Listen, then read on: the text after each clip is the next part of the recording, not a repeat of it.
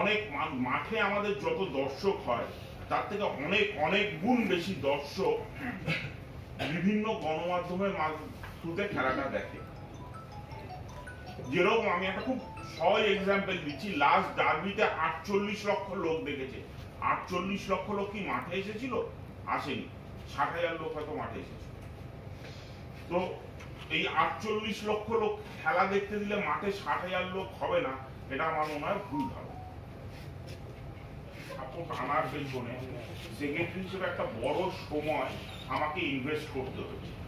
যদি এই ধরনের একটা আন্ডারস্ট্যান্ডিং এ যাওয়া যায় যেখানে কমার্শিয়াল রাইটসটা পুরো অন্য একটা কোম্পানি, প্রফেশনাল অর্গানাইজেশন দায়িত্ব নিয়ে দেখবে, তাহলে আমার পক্ষে আমার সময়টা ফুটবলের ডেভেলপমেন্টে, গ্রাসরুট ডেভেলপমেন্টে নিয়োজিত করা অনেক সহজ হয়ে যাবে। কারণ তখন টাকা আনার মাথা ব্যথা থেকেও আমার ফোকাসটা যেতে পারবে ডেভেলপমেন্টে।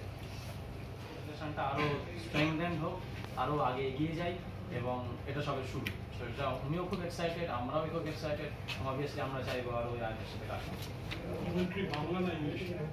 কমেন্ট্রি ডিপেন্ড করবে প্রধানত, যেহেতু Bangla based league, Kolkata based league, তো আমরা বাংলা কমেন্ট্রির দিকেই রাখবো।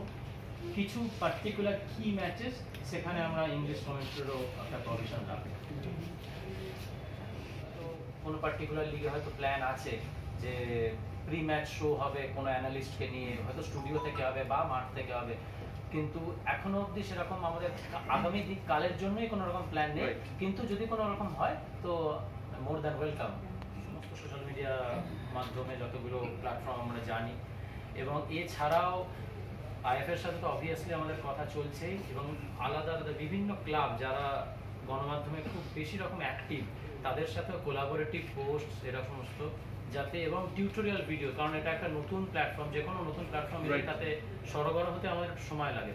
তো সেই সরগরমতে কোথায় যাবেন, কোথা থেকে কিভাবে রেজিস্টার করবেন, কোনখানে ক্যালেন্ডার থেকে ম্যাচগুলো পাবেন, সেই সমস্ত একটা টিউটোরিয়াল ভিডিও বারবার আমরা পোস্ট করতে থাকবো, যাতে সবাই দেখতে পান এবং বুঝতে পারেন, যাতে তাদের কোনো অসুবিধা না হয় কালকের ম্যাচ থেকেই দেখতে, যাতে তারা ডিপ্রাইভ না হন কোনোভাবে। তো আপাতত এই, এবং এছাড়াও physically press release, news letter এগুলো তো আছেই, আর তাছাড়া ভার্সন যেগুলো বললাম সেগুলো শেয়ার করা হচ্ছে। মানে পুরোটাই সোশ্যাল মিডিয়া সেন্ট্রিক। এটা social media, digital media digital একটা প্ল্যাটফর্ম যেটা অনেকগুলো দেশের অনেকগুলো খেলা দেখাচ্ছে, তাদেরকে আমরা পাশে পেয়েছি এবং আশা করব মানুষরা ওদের বসে সুন্দরভাবে খেলা দেখতে পারবে। ইনস্পোর্টসের শ্রমিক রয়েছে আমার সাথে, আর মানুষ খেলা দেখে আনন্দ পাবে।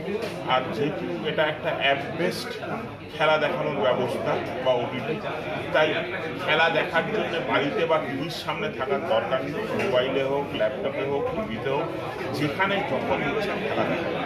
আর যেহেতু ওটিটি, এখানে একাধিক ম্যাচ একসাথে দেখাবে, একটা ম্যাচ দেখে ভালো না লাগলে অন্য ম্যাচ দেখার সুযোগ পাবে, যেই ম্যাচটা ভালো লাগবে সেটা দেখতে পাবে। আমার দর্শকদের কাছে আবেদন থাকবে যে আপনারা ইনস্পোর্টসের খেলা দেখুন, আপডেট থাকুন, পছন্দের খেলা বেছে নিন এবং প্রচুর খেলা দেখুন।